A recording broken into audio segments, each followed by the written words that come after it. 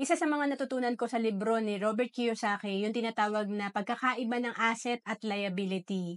Ang poor and middle class, kaya hirap sa personal finance, nakafocus sila sa liability. Ibig sabihin, pagka-receive ng income, walang tinatabi, walang napupunta sa asset, diretso lahat. Minsan, kulang pa, no? Kaya nagkakaroon ng liability. Diretso lahat sa expense. So, ang gagawin lang pala natin, yung kagaya ng ginagawa ng mga mayayaman, pagka sila ay kumita, may portion na napupunta sa kanilang asset. Kasi itong asset na to, magbibigay na naman to ng additional income sa kanila.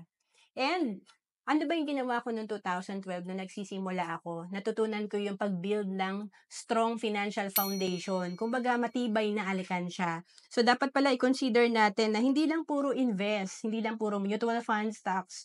Dapat meron din tayong emergency fund, walang utang, may protection or life insurance, may healthcare, at magandang cash flow.